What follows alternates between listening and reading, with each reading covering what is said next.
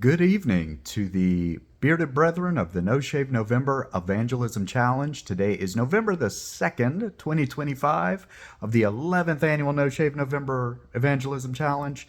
Tonight, I want to talk to you just for a minute, like I said, doing very short videos about a short set of verses that we've been covering in a Sunday school I've been teaching at Holy Trinity Lutheran in Troutman.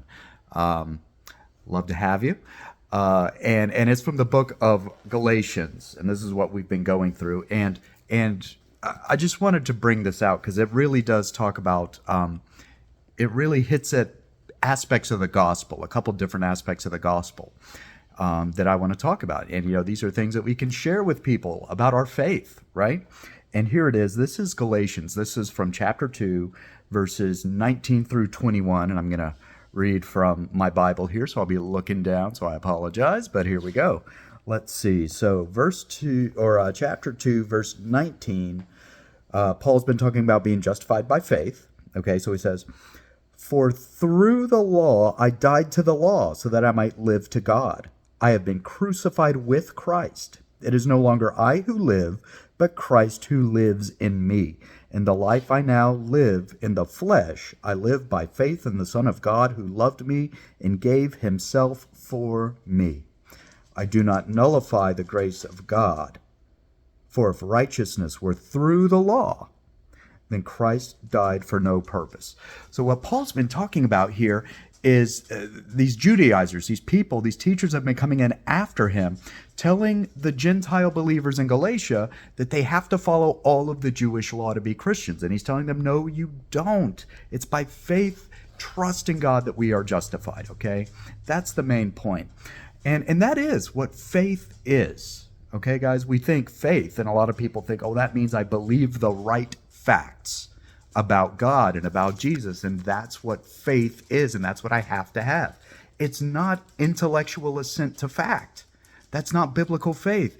Jesus literally said, it wasn't Jesus, but in the scriptures it literally says, the demons believe that about Jesus. The demons know that Jesus is the Son of God.